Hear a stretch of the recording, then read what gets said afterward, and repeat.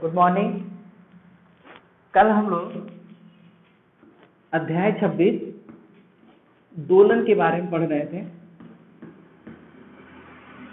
अध्याय 26 दोलन के बारे में, क्लास 11 कक्षा 11।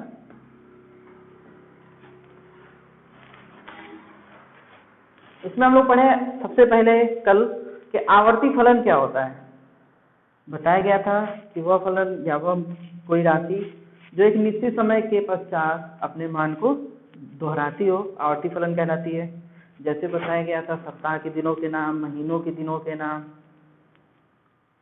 फिर घड़ी में सुइयों को बताया गया था, और मैथ में साइन और कॉस को बताया गया था कि मैथ में दो ही आवर्ती फलन होते हैं, साइन और कॉस। क्यों? क्योंकि ये एक निश्चित समय के पश्चात अपने मान को रिपीट करते हैं। फिर इसके बाद हम लोग पढ़े थे गति क्या होती है, और इसमें पढ़े थे आवर्ती गति क्या होती है। फिर साथ ही साथ हम लोग पढ़े थे दोलन गति क्या होती है, आवर्तकाल क्या होता है और आवृत्ति क्या होती है। फिर दोनों में रिलेशन भी देखे थे कि आवर्तकाल आवृत्ति के व्युत्क्रमानुपाती होता है, टी बराबर होता है 1/n या n बराबर होता है 1/t। आवृत्ति का मात्रक हर्ट्ज होता है, जिसको प्रति सेकंड भी कहते हैं। यहाँ तक हम लोग कल पढ़े थे। आज हम लोग पढ़ेंगे सरल आवर्त गति। आज हम लोग पढ़ेंगे सरल आवर्त गति। ये क्या होता है? सरल आवर्त गति, सिंपल हार्मोनिक मोशन, इंग्लिश में कहते हैं सिंपल हार्मोनिक मोशन, SHM। ये क्या होता है? ठीक है, सरल आवर्त गति, सॉरी ये गलत लिख दिया है हमने, सरल आवर्त गति सिंपल हार्मोनिक मोशन। ये क्या होता है, इसको हम लोग को पढ़ना है। तो सबसे पहले एक एग्जांपल समझते हैं कि मान लीजिए कोई व्यक्ति है, ठीक है, किसी को आप लोग मान सकते हैं, जो भी आप लोग के दिमाग में आ रहा हो किसी को मान सकते हैं, ठीक है। चलिए, ये जो व्यक्ति हैं, ये जो महोदय हैं, ये 2 सेकेंड के लिए इधर जाते हैं 1 मीटर की दूरी पर, और फिर यहाँ से 2 सेकेंड पश्चात वापस अपनी प्रारंभिक स्थिति में आते हैं, और फिर 2 सेकेंड पश्चात इस तरफ आते हैं, इस दिशा में आते हैं 1 मीटर की दूरी पर। यानी यहाँ से यहाँ तक चले 2 सेकेंड में, यहाँ से यहाँ तक चले 2 सेकेंड में, फिर यहाँ से यहाँ गए 2 सेकेंड में, और फिर यहाँ से आए 2 सेकेंड में। इनका आवर्तकाल कितना हुआ? आंसर है 8 सेकेंड। इनका आवर्तकाल कितना हुआ? 8 सेकेंड। क्यों? क्योंकि 2 सेकेंड यहाँ से जाने में, फिर वापस आने में 4 सेकेंड, फिर 2 सेकेंड इधर 6 सेकेंड, फिर 2 सेकेंड इधर 8 सेकेंड। ये हो गया 8 सेकेंड में इन्होंने अपना एक दोलन कंप्लीट किया। 1 मीटर इधर विस्थापित हुए, 1 मीटर इधर विस्थापित हुए। तो ये कौन सी गति है? आवर्ती गति। आवर्ती गति में इस प्रकार है दोलन गति, ठीक है। अच्छा, इसी व्यक्ति को अगर हम दूसरी बार बनाएं, इसी व्यक्ति को हम दूसरी बार बनाते हैं और फिर से समझते हैं कि ये व्यक्ति पहले 2 सेकेंड में 1 मीटर गया अपने बाएं तरफ, अपने दाएं तरफ। पहले 2 सेकेंड में 1 मीटर गया, और फिर यहाँ से वापस नहीं गया, बल्कि यहाँ से 1 सेकेंड और टाइम लिया और यहाँ गया 1 मीटर। यहाँ से यहाँ तक गया 2 सेकेंड में 1 मीटर, और फिर यहाँ से यहाँ तक गया 1 सेकेंड में 1 मीटर। यानी यहाँ पे इसकी स्पीड कम रही होगी, यहाँ पे इसकी स्पीड अधिक रही होगी। या फिर इसको हम ऐसे भी मान सकते हैं कि 2 सेकेंड में, इसको हटा देते हैं अगर दूसरे पक्ष से समझना चाहें तो, 2 सेकेंड में यहाँ पे पहुंचा, उसके बाद ये वापस गया 1 सेकेंड में, वापस गया 1 सेकेंड में आधा मीटर तक, और उसके बाद फिर इस पॉइंट से वापस पहुंच के, इस पॉइंट से फिर पहुंच के वापस इधर आ गया, यहाँ से यहाँ तक आया 3 सेकेंड लिया और पहुंच गया 3 मीटर पे। ऐसे एक एग्जाम्पल, यहाँ से पहले ये 2 सेकेंड में यहाँ गया, फिर वापस 1 सेकेंड में यहाँ पे अपने पीछे गया, फिर उसके बाद 3 सेकेंड समय लिया, 3 मीटर दूरी अपने आगे चला गया, फिर यहाँ से वापस गया, और फिर 2 सेकेंड इधर गया, 2 सेकेंड में इधर पहुंचा, फिर उसके बाद 1 सेकेंड में वापस आया, और फिर यहाँ से 3 सेकेंड में यहाँ पे गया 3 मीटर की दूरी पर। तो क्या ये गति, ये गति की बात करें, ये दोलन गति है, आवर्त गति है? समझिए, 2 सेकेंड का टाइम लिया एक तरफ, 2 सेकंड का टाइम लिया, फिर उसके बाद 1 सेकंड और टाइम लिया, 3 सेकंड, फिर 3 सेकंड के बाद 3 सेकंड का और टाइम लिया, 6 सेकंड। यानी अपने इस तरफ रहने के लिए उसने 6 सेकंड का टाइम लिया और वापस गया 3 सेकंड में, वापस गया 3 सेकंड में, तो 6 3 9 सेकंड इसको वापस गया, फिर 3 सेकंड, फिर 2 सेकंड में इधर गया, फिर उसके बाद वापस 1 सेकंड में इधर आया और फिर उसके बाद 3 सेकंड में यहाँ पहुंचा और फिर वापस आया 3 सेकंड में प्रारंभिक स्थिति में। तो इधर कितना कुल समय लगा? 2 सेकंड, एक 3 सेकंड, 3 6 सेकंड और 3 9 सेकंड। और इधर कितना समय लगा? 3 सेकंड, 2 सेकंड 5 सेकंड, एक 6 सेकंड और 3 9 सेकंड। दोनों तरफ समय तो बराबर लग रहा है, यानी एक निश्चित समय के पश्चात, और वो निश्चित समय है 9 सेकंड। यहाँ पे अगर हम बात करें एक तरफ जाने का, तो 1 सेकंड में एक तरफ जा रहा है 9 सेकंड में, फिर वापस आ रहा है, फिर 9 सेकंड में दूसरी तरफ जा रहा है, ठीक है। यानी यहाँ पे भी तो समय नियत है, दोनों तरफ लगा गया समय बराबर है, लेकिन क्या ये दोलन गति है, आवर्त गति है? आंसर है जी, दोलन गति तो है, आवर्त गति है। क्यों? क्योंकि उसकी परिभाषा ही कहती है कि एक निश्चित समय अंतराल के पश्चात अपने मान को दोहराए, तो दोहरा भी रहा है। लेकिन ये सरल नहीं है, ये कॉम्प्लिकेटेड हो गई है, ये सरल नहीं है। जैसे यहाँ पे सिंपल सा था, 2 सेकंड में यहाँ गया, फिर वापस आया, फिर 2 सेकंड में यहाँ गया, फिर वापस आया, बस एक बार गया वापस आया, गया वापस आया। इसमें क्या हुआ? गया फिर वापस गया, फिर आया, फिर गया, फिर वापस आया, ऐसे गया, फिर गया, फिर वापस आया। यहाँ पे जो ये गति है, ये भी दोलन गति है और ये भी दोलन गति है, ये भी सरल ये भी आवर्त गति है, ये भी आवर्त गति है, लेकिन ये कॉम्प्लिकेटेड है और ये सिंपल है। हम लोग को कक्षा 11 में कौन सी गति पढ़ना है? सरल आवर्त गति, यानी सिंपल हार्मोनिक मोशन। इस गति को हम लोग को पढ़ना है, इस गति को हम लोग को नहीं पढ़ना है, ठीक है। यानी ये भी एक आवर्ती गति है, लेकिन इसको हम लोग को नहीं पढ़ना, हम लोग को इस गति को पढ़ना है। और इस गति को समझने के लिए सबसे अच्छा एग्जाम्पल आपका पेंडुलम होता है। चलिए पेंडुलम बनाते हैं और समझते हैं कि सरल आवर्त गति किसे कहते हैं।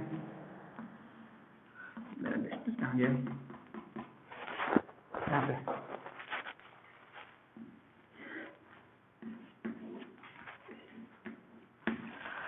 ठीक है, इसको मिटाते हैं।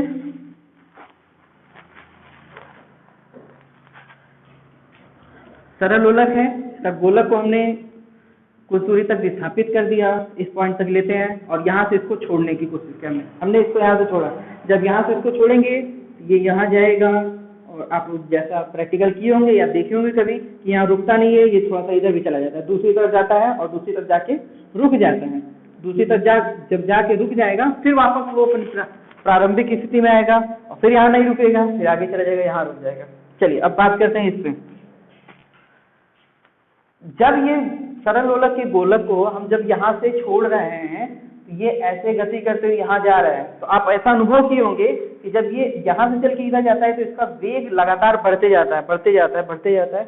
यहाँ पे वेग अधिकतम होता है या नहीं होता है वो बाद में देखेंगे।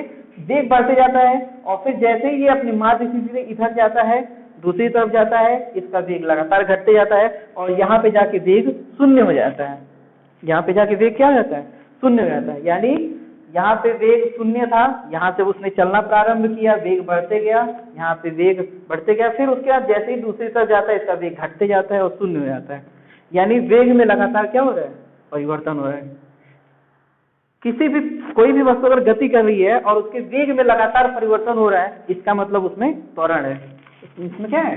त्वरण है। यानी जब ये सरल लोलक गति करता है, सरल लोलक का गोलक गति करता है, तो इसके अंदर एक त्वरण उत्पन्न होता है, जिसके कारण इसके वेग में क्या हो रहा है? लगातार परिवर्तन हो रहा है।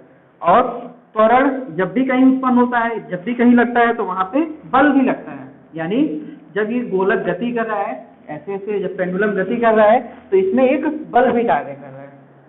अब वो बल दिख नहीं रहा आप लोग को या दिख रहा है, अभी हम उसको समझाते हैं। पहले त्वरण को समझते हैं। यहाँ पे क्या हुआ, जब ये अपने माध्य स्थिति की ओर वापस आ रहा है, तो हमने बताया, आपने अनुभव किया होगा, इसका वेग लगातार बढ़ रहा है। लेकिन जैसे ही ये अपने माध्य स्थिति से दूर जा रहा है, इसका वेग लगातार घट रहा है।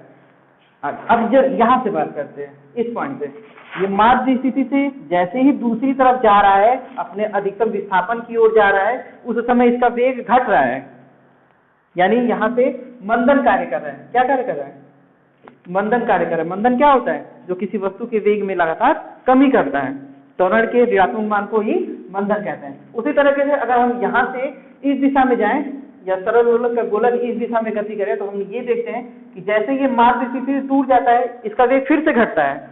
इस पॉइंट से चाहे इधर जाए, इस पॉइंट से चाहे इधर जाए, इसका वेग लगातार क्या होता है, घटता है, दोनों तरफ घटता है। माध्य स्थिति से इधर जाएगा तब भी वेग घटेगा, माध्य स्थिति से इधर जाएगा तब भी वेग घटेगा। इसका मतलब कि गति के विपरीत दिशा में त्वरण कार्य कर रहा है। भाई तो मंदन है जो उसके वेग को घटा रहा है, यानी जब गोलक इस दिशा में गति करता है तो मंदन किधर लगता है, इस दिशा में, गति के विपरीत दिशा में लगता है, जिससे उसका वेग यहाँ पे जाके क्या हो जाता है, शून्य हो जाता है। एग्जाम्पल समझ ले कि यहाँ पे अगर वेग 4 मीटर प्रति सेकंड है इस पॉइंट पे, तो जैसे ये माध्य स्थिति से इधर जाएगा तो इसका वेग 3 हो जाएगा, 2 हो जाएगा, 1 हो जाएगा और लास्ट में कितना हो जाएगा, 0 मीटर प्रति सेकंड, उसका वेग घट गया। उसी तरह माध्य स्थिति जब इधर जाएगा तो इधर भी 3 मीटर प्रति सेकंड, 2 मीटर प्रति सेकंड, 1 मीटर प्रति सेकंड और लास्ट में कितना हो जाएगा, 0 मीटर प्रति सेकंड। इसका मतलब कि माध्य स्थिति से जब कोई गोलक, सरलोलक का गोलक विस्थापित होता है तो उस पर विपरीत दिशा में एक त्वरण कार्य करता है, जिसको हम लोग मंदन कहते हैं। विपरीत दिशा में एक मंदन कार्य करता है या त्वरण कार्य करता है, जो उसके वेग को लगातार कम करते रहता है और उसका वेग लगातार लास्ट में शून्य हो जाता है। तो यहाँ पे हम कह सकते हैं कि सरलोलक में जब कोई पिंड गति करता है, सरलोलक का जब गोलक गति करता है तो वो माध्य स्थिति से दोनों तरफ जब अधिकतम विस्थापन पे जाता है, उसका वेग घटते जाता है, उस पर बल कार्य करता है और बल की दिशा किधर होती है, जिधर त्वरण की दिशा होती है। यानी त्वरण अगर इस दिशा में लग रहा है, जिसको हम लोग मंदन कह रहे हैं, तो बल भी किधर लगेगा, इस दिशा में लगेगा। यानी गति के माध्य स्थिति से अगर गोलक इस दिशा में गति कर रहा है तो मंदन इस दिशा में लग रहा है या त्वरण इस दिशा में लग रहा है, जिसको हम लोग बल भी कह रहे हैं। यानी बल अनुक्रमानुपाती है किसके, विस्थापन के, लेकिन दिशा क्या है, विपरीत है। जैसे ये अधिकतम पॉइंट तक पहुंचता है, इस पर लगने वाला बल भी अधिक हो जाता है।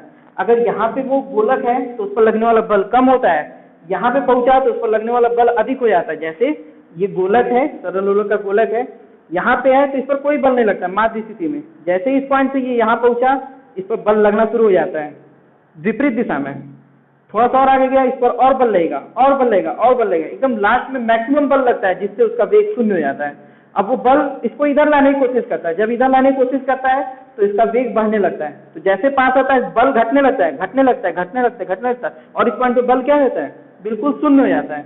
यहाँ पे बल मैक्सिमम था, जैसे ही पास आते जाता है बल शून्य होते जाता है और इस पॉइंट पे बल शून्य हो जाता है, बिल्कुल यहाँ बल शून्य हो जाता है। और जब बल शून्य हो तो त्वरण शून्य, फिर इससे जब इधर जाएगा, ये माध्य स्थिति जब इधर गति करेगा तो फिर बल लगने लगेगा, बढ़ते जाएगा, इस पॉइंट पे बल मैक्सिमम हो जाएगा, फिर वापस पहुंचेगा तो बल धीरे धीरे घटते जाएगा और इस पॉइंट पे शून्य हो जाएगा।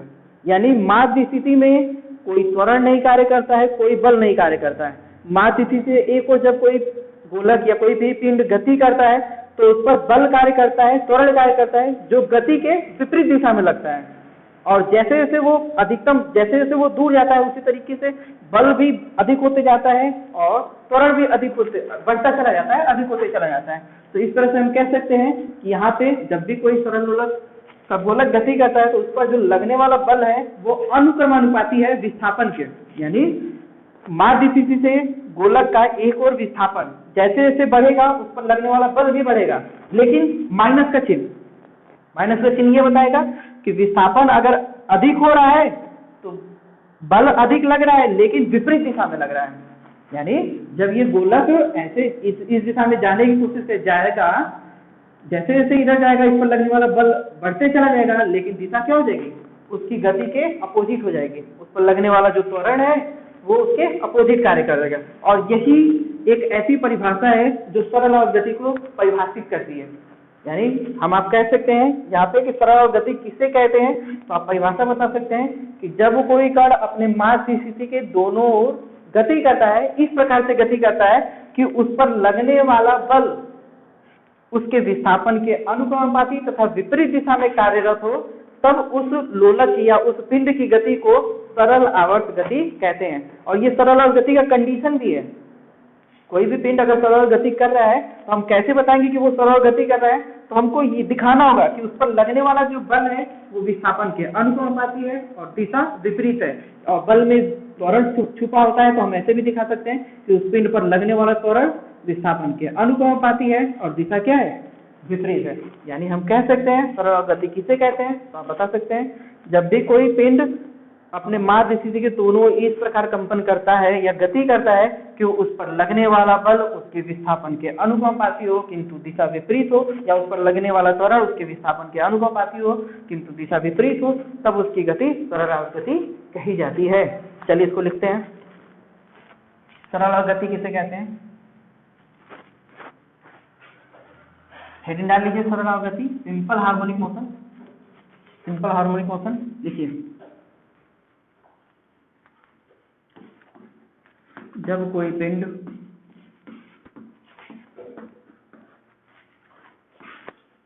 इस प्रकार से गति करता है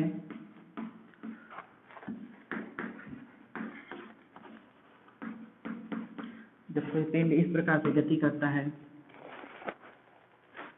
इस प्रकार से आवर्त गति करता है, इस प्रकार से आवर्त गति करता है कि उस पर लगने वाला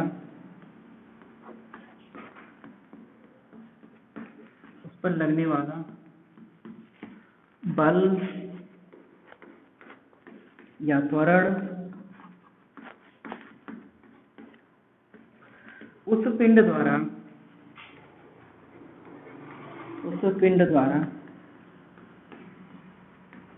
हुए विस्थापन के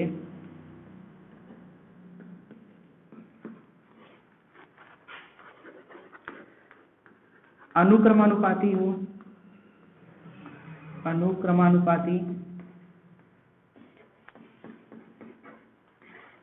वह विपरीत दिशा में कार्यरत हो,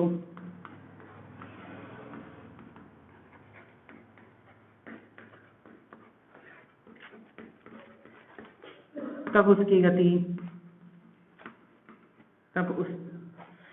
या उस पिंड की गति सरल आवर्त गति कहलाती है।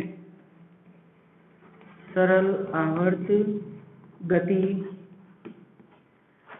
कहलाती है। क्या लिखते हैं? कहलाती है।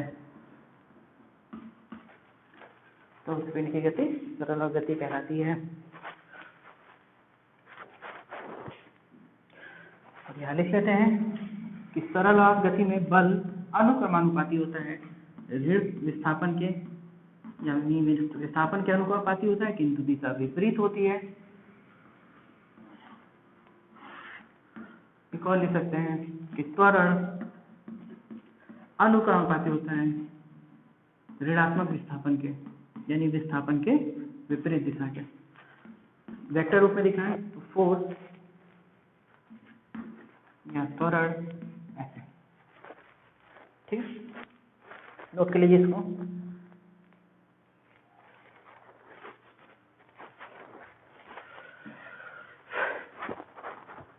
एग्जाम्पल चाहे तो आप लिख सकते हैं।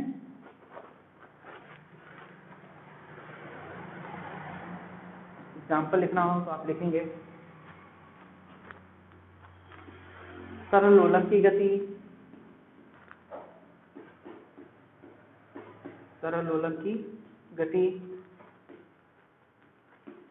सरल आवर्त गति होती है।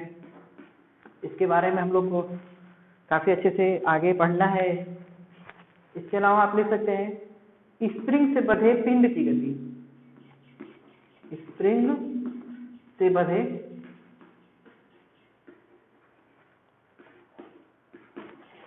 पिंड की गति, ये भी एक सरल आवर्त गति होती है। ऐसे बहुत सारे एग्जाम्पल मिलेंगे आपको। मैं यहाँ पर 2 ही एग्जाम्पल ले रहा हूँ, एक सरल लोलक की गति और दूसरा स्प्रिंग से बंधे पिंड की गति। इसका चाहे तो आप फिगर भी बना सकते हैं। फिगर बना दिया जाए।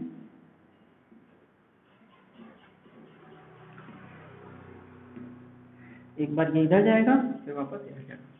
इस सरल लोलक हो गया और स्प्रिंग वाला ऐसे। अगर एक स्प्रिंग बांध दिया जाए ऐसे और इसके नीचे गुटके को बांध के इससे नीचे नीचे गुटके को खींच के और ऐसे छोड़ेंगे, ये ऐसे ऐसे गति करने लगेगा। जो इसकी गति होगी वो भी क्या होगी?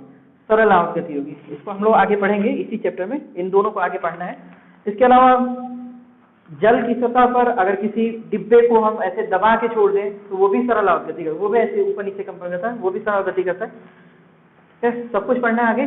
फिलहाल सरल गति किसे कहते हैं, परिभाषा समझ लीजिए फिर से। जब कोई पिंड इस प्रकार से गति करता है, इस प्रकार से आवर्त गति करता है कि उस पर लगने वाला बल या त्वरण उस पिंड द्वारा हुए विस्थापन के अनुपाती व विपरीत दिशा में कार्यरत हो, तब उस पिंड की गति सरल गति कहलाती है।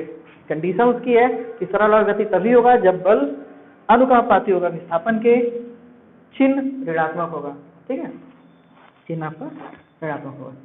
चलिए अब हम लोग सरल गति की गणितीय व्याख्या देखेंगे एक चित्र के द्वारा। सरल और गति की गणितीय व्याख्या, इसको मिटा रहे हैं।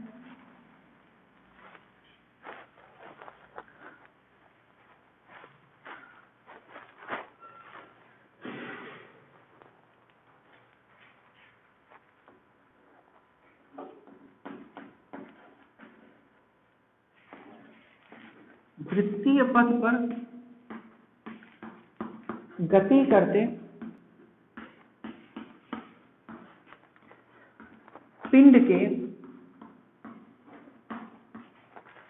वृत्तीय पथ पर गति करते पिंड के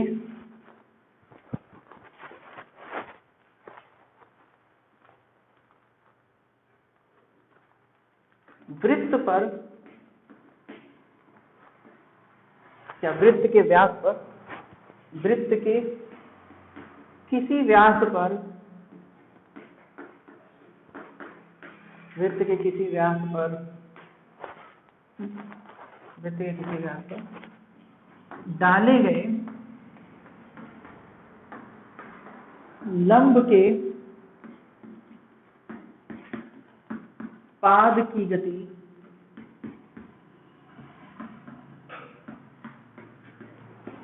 सरल आवर्त गति होती है। सरल आवर्त गति होती है।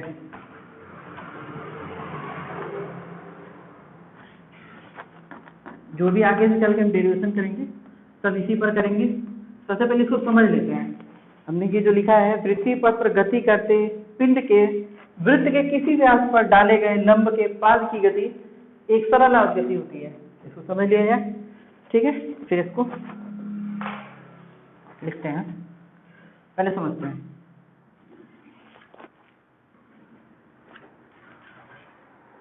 ये एक वृत्त है और वृत्त पे मान लीजिए कोई भी कण है, कोई भी कण है। यहाँ पे मान लेते हैं एक कण है, दूसरे कलर से चाक से इसको यूज कर लें। एक कण पिंड है यहाँ पे और ये वृत्त के चारों ओर एक समान चाल से गति कर रहा है। मान लीजिए एक वृत्त है जिसका केंद्र यहाँ पे है, इसका केंद्र यहाँ पे है। अगर इस वृत्त की त्रिज्या मान लेते हैं a है, तो यहाँ पे हम कह सकते हैं कि ये जो पिंड है ये a त्रिज्या के पथ पर वृत्तीय गति कर रहा है। अगर ये एक समान चाल से या एक समान वेग से गति करे, जिसको हम लोग कहते हैं एक समान वेग v से गति करना, जिसको हम लोग रेखीय वेग भी कहते हैं, और एक समान कोणीय वेग ओमेगा से गति कर रहा है। ठीक है, अगर ये एक समान रेखीय वेग v से गति कर रहा है, तो सॉरी यहाँ पे एक समान रेखीय वेग नहीं होता है, बल्कि ये लगातार बदलते रहता है। क्यों बदलते रहता है? क्योंकि वेग एक ऐसी राशि होती है जिसमें दिशा भी होती है। चाल में दिशा नहीं होती है, किंतु वेग में दिशा होती है। और यहाँ वेग, अगर इस पॉइंट के, इस कण के वेग को, इस पिंड के वेग को देखा जाए तो किसी समय इसका वेग इधर भी है, अगले समय इसका वेग इधर हो जाए, अगले समय वेग इसका इधर हो जाए। यानी वेग में, वेग तो है इसका, लेकिन इसकी दिशा लगातार बदलती जा रही है। इसलिए हम इसको कहेंगे ये एक समान वेग नहीं है बल्कि असमान वेग है। हाँ, एक समान चाल हो सकता है, एक समान चाल हो सकता है। अगर 10 मीटर प्रति सेकंड की चाल से गति कर रहा है तो ठीक है, 10 मीटर प्रति सेकंड की चाल से गति करते जा रहा है। किंतु अगर हम वेग कहें कि वेग एक समान है, तो वेग एक समान नहीं है। और इसी के आधार पर हम लोग अभिकेंद्र बल वाले वृत्तीय गति वाले चैप्टर में अभिकेंद्र त्वरण का निगमन भी किए थे। उसमें बताया गया था कि वेग एक समान नहीं होता है, चाल एक समान होती है, जिसके कारण फिर हम लोग त्रिभुज बना के और वहां पे त्वरण का निगमन भी किए थे। ठीक है, चलिए तो मान लेते हैं कि यह एक समान कोणीय वेग ओमेगा से गति कर रहा है। एक समान कोणीय वेग ओमेगा से ये पिंड क्या कर रहा है? गति कर रहा है। इस वृत्त के चारों ओर चक्कर लगा रहा है, ऐसे चक्कर लगा रहा है। ठीक है, चलिए हमने कहा है परिभाषा में कि वृत्त के किसी व्यास पर, यहाँ से देखेंगे वृत्त के किसी व्यास पर, ठीक है, यहाँ पे हमने दो व्यास बनाया है, एक ये वाला व्यास बनाया है, एक ये वाला व्यास बनाया है, सुविधा के लिए बना दिया है एक निर्देशांक ज्यामिति के तौर पे। इसको मान लेते हैं y अक्ष और इसको मान लेते हैं x अक्ष। तो यहाँ पे ये y अक्ष है, इसको मान लेते हैं व्यास, या ये x अक्ष है, इसको मान लेते हैं। पहले y अक्ष पे देख लेते हैं, ठीक है। तो अगर ये ऐसे गति कर रहा है इस वृत्त के चारों ओर ये कण, तो परिभाषा में क्या है कि वृत्त के किसी व्यास पर डाले गए लंब के पाद की गति, वृत्त के किसी व्यास पर डाले गए लंब के पाद की गति। इसका मतलब ये है कि ये वाले पिंड जब इस पॉइंट पे पहुंच रहा है, तो यहाँ से वृत्त का अगर ये व्यास ले रहे हैं y अक्ष वाला, तो इस पर लंब डालते हैं, इस पर लंब डाल दिए। और जब हम इस पर लंब डालेंगे, तो मान लीजिए यहाँ पहुंच गया, ठीक है। अगले समय जब ये कण थोड़ा सा और ऊपर गति करते हुए पहुंच जाएगा, मान लीजिए इस पॉइंट पे पहुंच गया, तो यहाँ से लंब के पास, यानी फिर से वृत्त के व्यास पर हम लोग लंब डालेंगे, और उसका जो पैर पड़ेगा, इस लंब का जो पैर पड़ेगा वो यहाँ पड़ा। अगले समय कण यहाँ पहुंच गया, फिर उसके बाद कण यहाँ पहुंच गया, फिर यहाँ पहुंच गया, फिर इस पॉइंट पे पहुंच गया, लास्ट में यहाँ पहुंच गया। अभी मान लेते हैं, तो यहाँ पे क्या हो रहा है, जो लंब का पाद है एक समय यहाँ पहुंच रहा है, अगले समय जब यहाँ पे पहुंच रहा है तो लंब का पाद यहीं पे है, यहाँ पहुंचा तो लंब का पाद यहाँ पे, यहाँ पहुंच रहा है लंब का पाद यहाँ पे, और जब इस पॉइंट पे पहुंच रहा है तो लंब का पाद यहाँ पे हुआ। यानी लंब का पाद, अब आपको अच्छे से दिखाया जाए तो ऐसे दिखेगा कि जब ये कण ऐसे गति कर रहा है, ये वाला पीले रंग से जो बनाया है, ये वाला कण ऐसे गति कर रहा है वृत्तीय पथ पर, तो जो इसका लंब का पाद है व्यास पर, ये हरा वाला, ये यहाँ पे है। जब ये कण ऊपर जा रहा है तो लंब का पाद यहाँ पे जा रहा है, जब ये कण ऊपर जा रहा है तो लंब का पाद ऐसे ऊपर जा रहा है, जब ये कण यहाँ जा रहा है तो लंब का पाद ऐसे ऊपर गया। फिर उसके बाद जब कण ऐसे गति करते हुए नीचे आ रहा है तो लंब का पाद देखिए ऐसे गति करते हुए नीचे आ रहा है, और यहाँ पे जब ये यहाँ पहुंच रहा है तो लंब का पाद बिल्कुल मध्य में पहुंच जा रहा है। तो उसके जब नीचे आएगा तो लंब का पाद ऐसे नीचे गति करते हुए जाएगा, इस पॉइंट पे जाते जाते मिल जाएगा। फिर यहाँ से जब ये कण ऐसे गति करते जाएगा तो लंब का पाद ऐसे ऊपर जाएगा। यानी कण या पिंड जो गति कर रहा है वो तो वृत्तीय गति कर रहा है, लेकिन उसके द्वारा डाला गया लंब का पाद एक बार ऐसे ऊपर जा रहा है, फिर नीचे आ रहा है, फिर नीचे ऐसे दूसरी तरफ आ रहा है, फिर ऐसे ऊपर जा रहा है। यानी लंब का पाद ऐसे ऐसे गति कर रहा है, लंब का पाद कैसे ऐसे ऐसे गति कर रहा है, ऊपर जा रहा है, नीचे आ रहा है। क्या ये दोलन गति है? आंसर है जी, दोलन गति है। क्यों? क्योंकि इसमें कण माध्य स्थिति के, या ये जो लंब का पाद है, अगर इसको माध्य स्थिति दिखा है वृत्त के केंद्र को, तो माध्य स्थिति के एक ओर जा रहा है, फिर वापस आ रहा है, फिर दूसरी ओर जा रहा है, फिर वापस आ रहा है। कितना समय ले रहा है? ये लंब का पाद यहाँ से चल के वापस आने में इस पॉइंट तक, यानी आवर्तकाल इसका कितना है? तो आप कहेंगे इसका आवर्तकाल उतना ही है जितना इस पिंड की गति एक चक्कर पूरा करने में लग रहा है। देखिए कैसे, अगर मान लेते हैं कि ये जो पिंड है एक चक्कर कंप्लीट कर रहा है t सेकंड में, कैपिटल T समय में है, तो उसका आवर्तकाल t सेकंड हुआ। तो लंब के पाद का आवर्तकाल क्या हुआ? तो यहाँ से शुरू करते हैं। जब ये यहाँ पे था पिंड, तो लंब का पाद यहाँ पे था। जब ये पिंड यहाँ पहुंचा 90 अंश कोण घूम के, तो लंब का पाद यहाँ पहुंच गया, ऐसे लंब का पाद यहाँ पहुंच गया।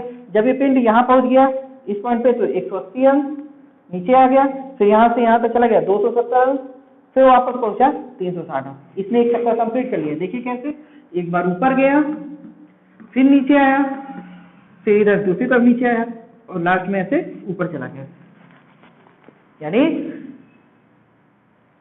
वृत्तीय पथ पर गति करते हुए पिंड का जितना आवर्तकाल होता है उतना ही इस लंब के पाद का भी आवर्तकाल होता है। और यहाँ पे हम कह रहे हैं कि जब कोई वृत्तीय पथ पर गति करते हुए पिंड के वृत्त के किसी व्यास पर डाले गए लंब के पाद की गति, यानी इस पॉइंट को समझिएगा, लंब के पाद की गति, हम इस वृत्तीय पथ पर गति करते पिंड की बात नहीं कर रहे हैं, हम उसके द्वारा डाले गए लंब के पाद की गति की बात कर रहे हैं कि ये जो गति कर रहा है, ये जो लंब का पाद है, ये ऐसे जो गति कर रहा है, ये वाली गति क्या है?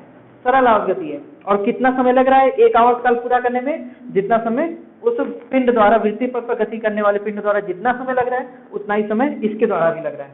ये सरल आवर्त गति है। इसमें एक और अधिकतम विस्थापन कितना हो रहा है? तो आंसर जितनी वृत्त की त्रिज्या है, वृत्त की त्रिज्या कितनी है? अगर यहाँ पे हम वृत्त की त्रिज्या ए से दिखा दिए तो वृत्त की त्रिज्या ए है, तो ये अधिकतम ए को अधिकतम विस्थापन कर रहा है, ए दूरी तक जा रहा है, उससे अधिक नहीं जा रहा है, उससे कम भी नहीं जा रहा है। लंब का पाद एक तरफ अधिकतम ए तक जा रहा है, उसके बाद वापस आ रहा है, फिर दूसरी तरफ ए तक जा रहा है, फिर वापस जा रहा है, फिर ए तक जा रहा है, फिर वापस आ रहा है, फिर ए तक जा रहा है, फिर वापस आ रहा है।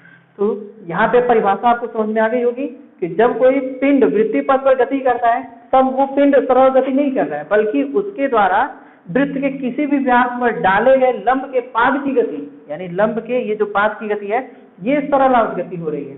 ठीक है, और इसका आवर्तकाल कितना है? जितना वृत्त का वृत्त पर गति करने वाले पिंड का आवर्तकाल है। हाँ, अब जरा दूसरे अक्ष पे बात कर ले, दूसरे अक्ष पे, इस पॉइंट पे, सॉरी इसको थोड़ा सा और ऊपर से बना दे। क्या अगर पिंड ऐसे गति कर रहा है, यहाँ से ओमेगा कोणीय वेग से गति कर रहा है, ऐसे गति करते हुए जा रहा है, फिर वापस आ रहा है। अब वाई अक्ष को नहीं ले रहे हैं बल्कि हम एक्स अक्ष को ले रहे हैं। जब पिंड यहाँ पे था, बिल्कुल सुने, यहाँ पे, यहाँ से अगर गति करना प्रारंभ किया, जैसे जैसे पिंड ऊपर जा रहा है, लंब का पाद अगर हम इस पे खींचे एक्स अक्ष पे, लंब के पाद को हम लोग एक्स अक्ष पे खींचे तो हम देखेंगे कि यहाँ पे लंब का पाद है, फिर यहाँ लंब का पाद है, फिर अगर यहाँ पे पहुंच गया तो यहाँ लंब का पाद है, यहाँ पहुंच गया यहाँ लंब का पाद है, यहाँ पहुंच गया यहाँ लंब का पाद है, यहाँ लंब का पाद है, यहाँ लंब का पाद है, फिर वापस यहाँ लंब का पाद है, अगर यहाँ पहुंचा यहाँ लंब का पाद है, यहाँ पहुंच गया यहाँ लंब का पाद है, इस पॉइंट पहुंच गया यहाँ लंब का पाद है, यहाँ पहुंच गया यहाँ लंब का पाद है, यहाँ लंब का पाद है। जब तक से बात करते हैं तो जब पिंड यहाँ था तो अधिकतम विस्थापन, अगर इस वृत्त की त्रिज्या को हम ए से दिखाएं तो जब पिंड यहाँ से गति करना प्रारंभ किया तब वो शुरू में ही अपने प्रारंभिक स्थिति में सबसे अधिक दूरी पर था, अधिकतम विस्थापन पर था, और जैसे जैसे ये घूम के 90 अंश पहुंचा, लंब के पाद धीरे धीरे धीरे धीरे धीरे धीरे वापस जीरो पे आ गया, वृत्त के केंद्र पर आ गया, और जैसे ही वो 90 अंश से आगे गया 180 अंश पे, तो लंब का पाद बढ़ते गया, फिर ए दूरी तक अधिकतम विस्थापन हुआ, उसके बाद फिर 270 अंश आया तो फिर जीरो हो गया, फिर 360 अंश पे फिर से अधिकतम विस्थापन ए पे गया। यानी चाहे हम वाई अक्ष पे बात करें लंब के पाद की गति, चाहे एक्स अक्ष पे बात करें लंब के पाद की गति, दोनों गतियां क्या है? सरल गति है।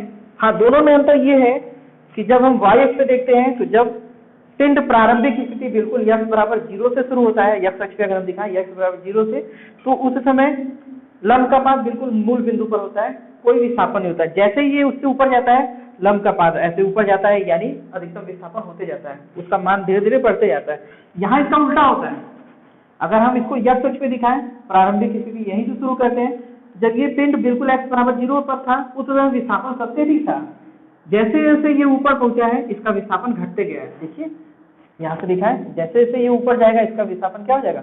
घटते जाएगा, और जब 90 अंश पहुंचेगा तो इसका विस्थापन बिल्कुल शून्य जाएगा। उसके बाद जैसे आगे बढ़ेगा फिर विस्थापन बढ़ते जाएगा, फिर यहाँ विस्थापन घटते जाएगा और फिर ऐसे बढ़ते जाएगा। ठीक है, यानी चाहे हम x अक्ष पे बात करें चाहे y अक्ष पे बात करें, दोनों में लंब के पाद की गति क्या है? सरल गति है। और ये लंब का पाद बन कहाँ से रहा है?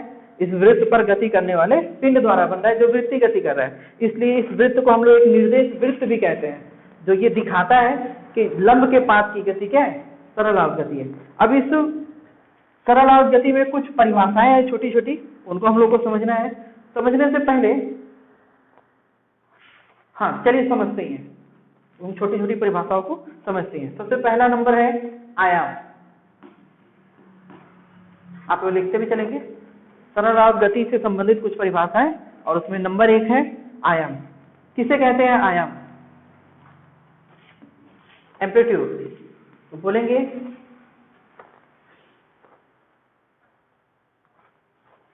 आयाम किसे कहते हैं? चलिए लिखा जाए, सरल आवर्त गति, हम ऐसे लिखते हैं, सरल आवर्त गति SHM करते पिंड द्वारा, सरल आवर्त गति करते हुए पिंड द्वारा, करते हुए पिंड द्वारा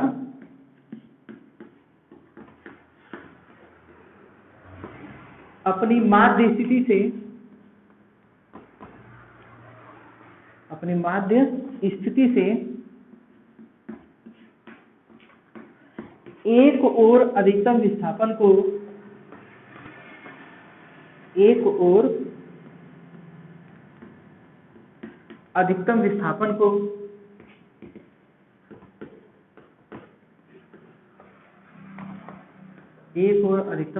को आयाम कहते हैं।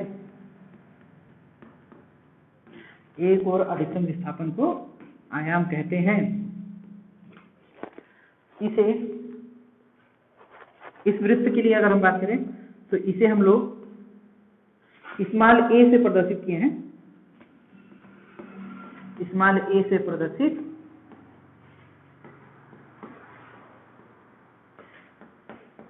यहां किया गया है, तो इसे लिखेंगे, इसे स्मॉल a से प्रदर्शित करते हैं।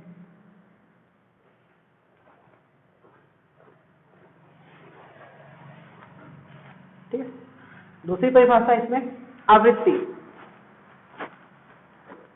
परिभाषा तो आप लोग पहले भी लिख चुके हैं उसकी, इसलिए चलिए हम बोल दे रहे हैं, आप लोग लिख लीजिएगा अपने मन से। आवृत्ति किसे कहते हैं? तो बोलेंगे एकांत समय में किए गए कंपनों की संख्या को या एकांत समय में किए गए दोलनों की संख्या को आवृत्ति कहते हैं। इसे n से प्रदर्शित करते हैं। आप लोग पीछे पढ़ चुके हैं, कल ही के चैप्टर में, कल ही के क्लास में हम लोग पढ़े थे। इसे n से प्रदर्शित करते हैं। ठीक है। इसका मात्रक हर्ट्ज होता है या फिर प्रति सेकेंड होता है। चलिए तीसरा हम लोग आयाम नहीं आवर्तकाल। आवर्तकाल को भी पीछे हम लोग पढ़ चुके हैं। बोलेंगे कि एक चक्कर पूरा करने में लगे समय को उस पिंड का आवर्तकाल कहते हैं। इसे कैपिटल T से प्रदर्शित करते हैं। एक चक्कर पूरा करने में लगे समय को उस पिंड का या उस तरह गति करते हुए पिंड का आवर्तकाल कहेंगे। इसको कैपिटल T से प्रदर्शित करते हैं। इसका मात्रक सेकेंड होता है। जो सबसे इंपॉर्टेंट है इसमें समझना वो है कला। बहुत सारे बच्चे इससे डरते हैं, उनको नहीं समझ में आता है कि कला होता क्या है, डर जाता है। समझिए बहुत बहुत इंटरेस्टिंग है कला। तेज कला होती क्या है? नंबर 4 वाली हेडिंग है कला। कला किसे कहते हैं? तेज। तो पहले मैं परिभाषा लिख दे रहा हूं, फिर उसको समझाता हूं।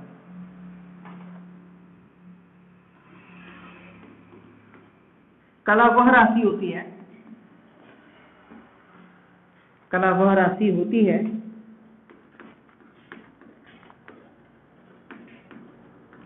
जो सरल आवर्त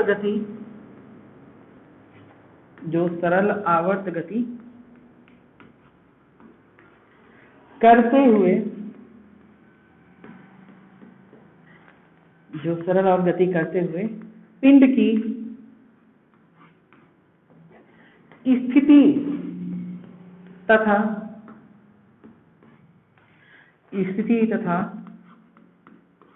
गति की दिशा को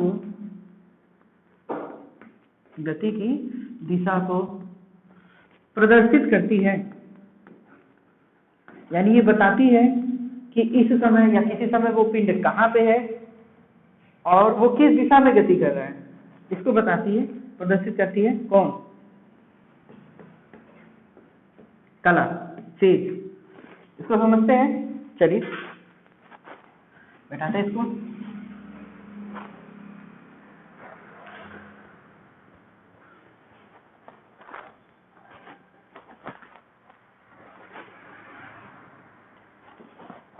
फिर से सुन लीजिए।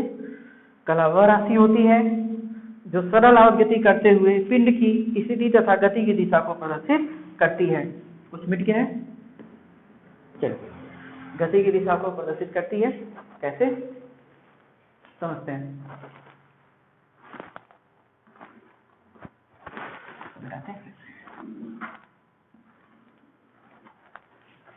ठीक है।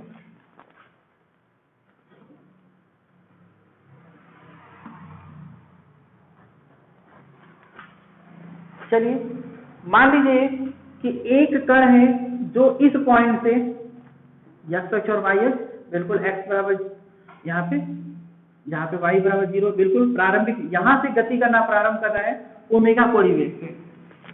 तो अगर ये यहाँ से गति करते हुए ऐसे गति करते हुए वापस अपने प्रारंभिक स्थिति में जाएगा और कुल कितना कोण घूम लेगा? 360 अंश। कुल कितना कोण घूमेगा? टोटल 360 अंश का कोण घूमेगा। तो मान लेते हैं कि अगर यहाँ पे कोण 0 अंश है यहाँ से वो गति करना प्रारंभ कर रहा है ओमेगा कोणीय वेग से, तो यहाँ पहुंचा, कितना कोण घुमा होगा, 90 अंश घुमा होगा, जिसको हम लोग π/2 कहते हैं। ठीक है, उसके बाद 180 अंश घुमा होगा, जिसको हम लोग पाई कहेंगे। फिर यहाँ से वापस यहाँ पहुंचा होगा 270 अंश, 270 अंश, और यहाँ पहुंचा होगा तो इसको 360 अंश, यानी एक चक्कर पूरा किया तो इसने कितना कोण घूम लिया, 360, 0 अंश, 90 अंश, 180 अंश, 270 अंश और 360 अंश। 0 π/2, पाई 3π/2 और 2π। चलो एक चक्कर कंप्लीट किया, दूसरा फिर एक चक्कर कंप्लीट करेंगे, वो कितना घूमेगा, फिर से 360 अंश घूमेगा। तो चलिए 360 अंश के आगे बात करते हैं। 360 अंश के आगे फिर से क्या होगा, जैसे एक चक्कर कंप्लीट किया 360 अंश आया, उसके आगे 450 अंश आएगा, फिर उसके बाद 540 अंश आएगा, फिर उसके बाद 630 अंश आएगा, फिर 720 अंश आएगा, ऐसे करके। फिर उसके बाद गति करेगा, फिर बढ़ेगा इसका कोण का मान।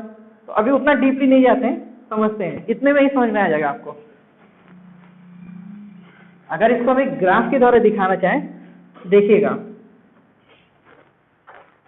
ऐसा ग्राफ कल बनाया गया था और उसमें बताया गया था कि साइन एक आवर्ती फलन होता है।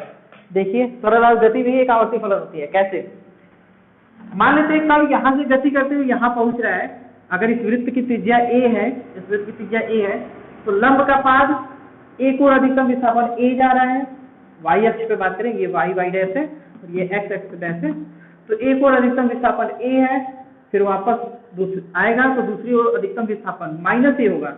-a इसलिए दिएगा क्योंकि y डैश पे मूल बिंदु से ऊपर प्लस होता है और नीचे माइनस होता है।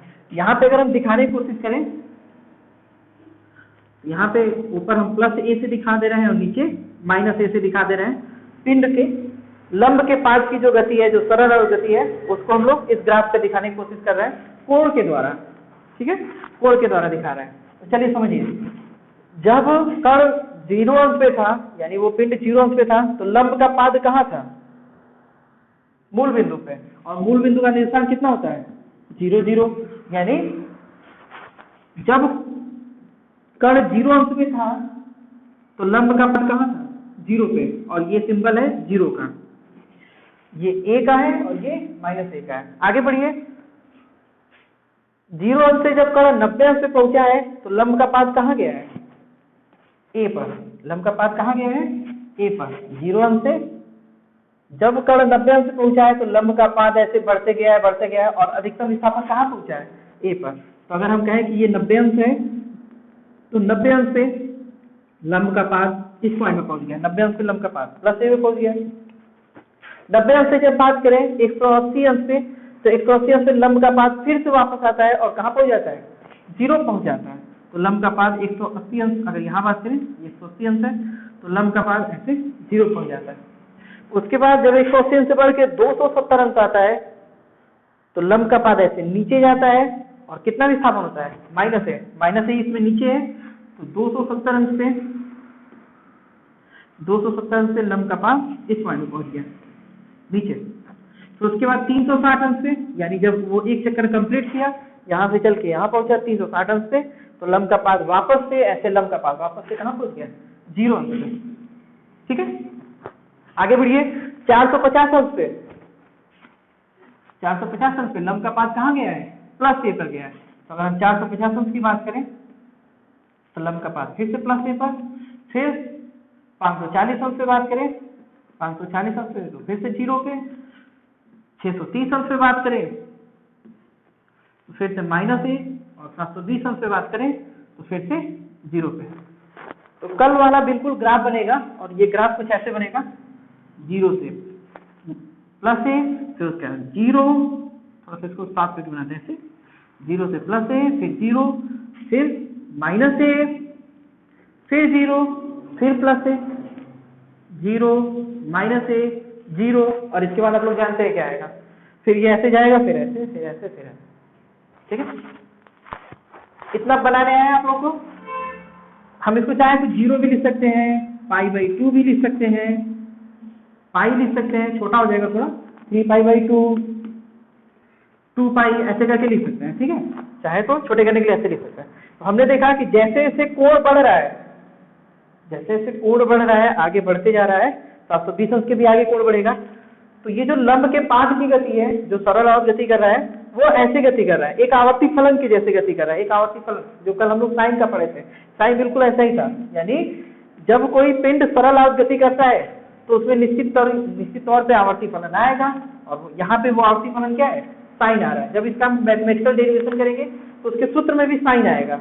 और अगर यही हम लंब यक्ष अक्ष को लेके चलते लंब के पास यक्ष अक्ष पे, तो यहाँ पे ऐसे गति शुरू होती और वो पास वाला लगता है। दोनों इक्वेशन जो निकल के हम लोग के सामने आएंगे वो दोनों सही होते हैं। एक ये y अक्ष वाला है, इसका अपोजिट x अक्ष वाला है, जो x अक्ष के लंब के पास की गति होती है। अब इसको अगर हम समय के रूप में देखें, यानी अगर हम मान लें कि एक चक्कर कंप्लीट करने में इसको t समय लग रहा है और यहाँ पे समय 0 सेकंड था, टोटल पूरा करने में t सेकंड लग रहा है, तो ये यहाँ से यहाँ तक गया, तो ये पूरे का 1/4 तो है।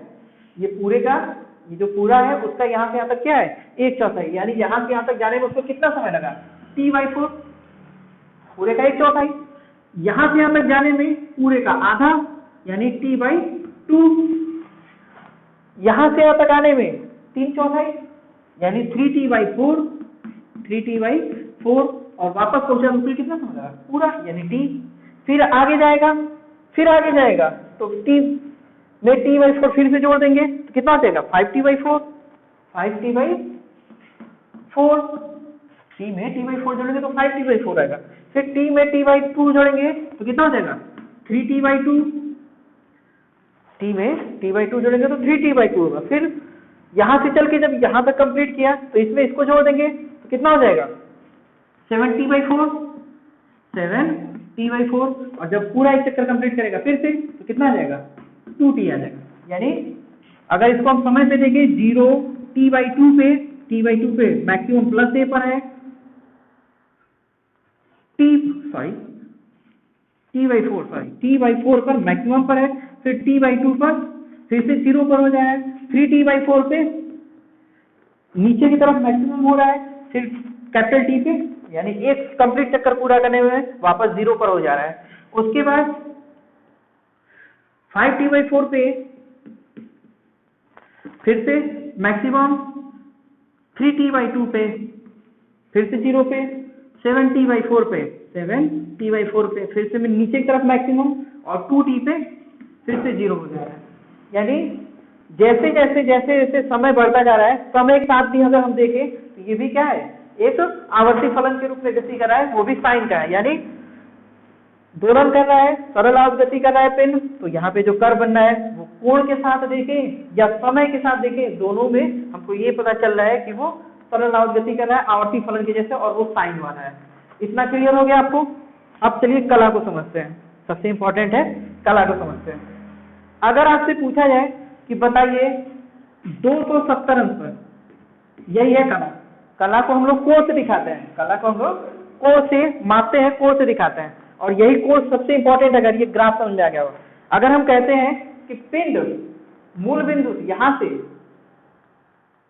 x अक्ष पे इस पॉइंट से गति करना प्रारंभ कर रहा है, तो आपसे पूछा जाए कि बताइए 270 अंश पे पिंड कहां होगा और उसकी गति की दिशा किधर होने वाली है, तो आप बता सकते हैं या तो इस वृत्त को देख के या फिर इस कर्व को देख के आप तुरंत बताएंगे कि 270 अंश यहाँ पे है, 270 अंश, 270 अंश पे पिंड कहाँ है, -a पर है, और उसकी गति की दिशा किधर होने वाली है, 270 अंश पे पिंड नीचे की तरफ यहाँ पे है अपने मैक्सिमम वैल्यू पर, और इसकी गति की दिशा आगे कैसे आने वाली है, ऊपर, किधर आने वाली है, ऊपर। यानी अब आप कह सकते हैं कि ये अपने माध्य स्थिति की ओर क्या हो रहा है, वापस लौटेगा, ये अपने माध्य स्थिति की ओर वापस लौटेगा। अगर आपसे पूछे कि बताइए 45 अंश पे, अब इसको समझते हैं।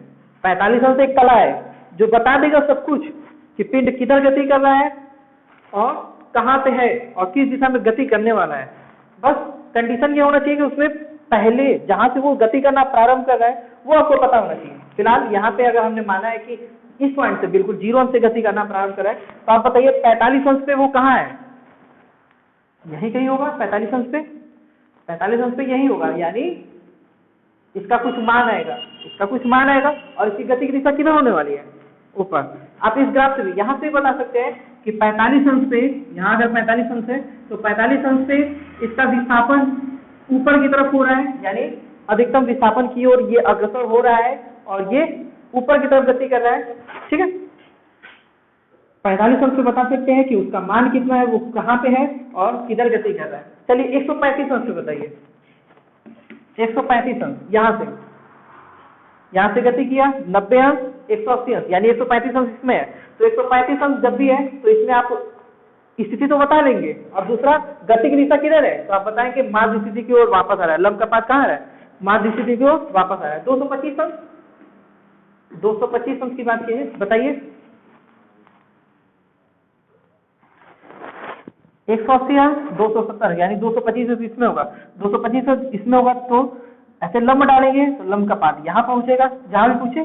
तो इसमें हम देख रहे हैं कि कुछ स्थिति मिलेगी, वो अपने मूल बिंदु से, वाई अक्ष पे मूल बिंदु से नीचे की तरफ है, यानी इसका मान माइनस में आएगा। और उस स्थिति में ये जो लंब का पाथ है वो किधर गति कर रहा है, नीचे की तरफ गति कर रहा है। तो अगर आपको कोई भी कोण दिया हो, यही कोण कला होती है, तो इस कला से आप बता सकते हैं, या इस कोण की सहायता से आप बता सकते हैं कि पिंड किधर गति कर रहा है, कहाँ गति करने वाला है, उसकी स्थिति किधर है, आगे किधर जाने वाला है, ये बता सकते हैं कला से। अभी थोड़ा सा और समझते हैं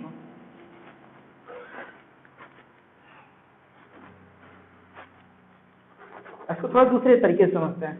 मान लेते हैं यहाँ पे वृत्तीय पथ पे पिंड गति कर रहा है, और वो गति इस पॉइंट से नहीं शुरू कर रहा है, बल्कि अब इस पॉइंट से शुरू कर रहा है, यहाँ से 45 अंश। पहले ही उसको हम 45 अंश से लेते गए और वहां से वो गति करना प्रारंभ किया है, ऊपर की तरफ गति करना प्रारंभ किया है। तो अगर आपसे पूछा जाए कि यहाँ से अगर ये गति करना प्रारंभ किया है इस पॉइंट से, तो अगर आपसे पूछा जाए कि बताइए 90 अंश पे वो कहाँ हुआ, तो निश्चित तौर पे आप बताएंगे कि 90 अंश पे, जैसे ही वो 90 अंश पहुंचेगा इस पॉइंट पे, 90 अंश को अपने मैक्सिमम वैल्यू पर होगा। लेकिन यहाँ से यहाँ तक 90 अंश चलने में उसको 90 अंश नहीं चलना पड़ा है, उसको वो कितना चला है, 45 अंश ही तो चला है, वो 45 अंश ही चला है, और 45 अंश उसमें पहले से था। तो ये जब अगर पिंड यक्ष अक्ष पर इससे 0 अंश से अगर गति नहीं करता है, बल्कि 0 अंश से कुछ और कोण से गति करना प्रारंभ करता है, तो जितना कोण से गति करना प्रारंभ करता है, जैसे यहाँ पे 45 अंश से वो गति करना प्रारंभ किया, इसी 45 अंश को कहते हैं प्रारंभिक कला। इसी को हम लोग कहते हैं प्रारंभिक कला। प्रारंभिक कला किसे कहते हैं, तो कहा जाता है कि अगर कोई पिंड सरल और गति नहीं कर रहा है और वो 0 अंश से गति करना नहीं प्रारंभ करता है, वो 45 अंश 30 अंश से गति करना प्रारंभ करे, तो जितना कोण से वो गति करना प्रारंभ करता है उसे हम लोग प्रारंभिक कला कहते हैं। और जब भी हम लोग पूरे कला को देखते हैं तो उस कला में इस कोण को जरूर जोड़ लेते हैं। जैसे अगर हमने कहा कि 90 अंश पे वो कहाँ पे है, तो आपने बताया यहाँ पे, इसका मतलब कि आपने ये 45 अंश पहले से जोड़ लिया था, ठीक है। तो प्रारंभिक कला किसे कहते हैं, तो कहा जाता है कि अगर कोई पिंड सरल गति कर रहा है लेकिन 0 अंश से नहीं गति कर रहा है, किसी और कोण से गति कर रहा है, किसी और स्थान से गति कर रहा है, तो जहां से वो गति करेगा, जितना कोण को घूम चुका होगा, उसी कोण को उसकी प्रारंभिक कला कहते हैं। और कला हमेशा किसी भी दोलन या सरल गति करते पिंड की स्थिति को बताता है कि वो कहाँ पे होगा और किस दिशा में गति करने वाला है, ठीक है। तो सरल और गति पे इतना रहने देते हैं। कल इसके हम लोग इक्वेशन को डेवलप करेंगे, सरल और गति का इक्वेशन क्या होता है और उस पर कुछ सवाल देखेंगे। आज के लिए धन्यवाद।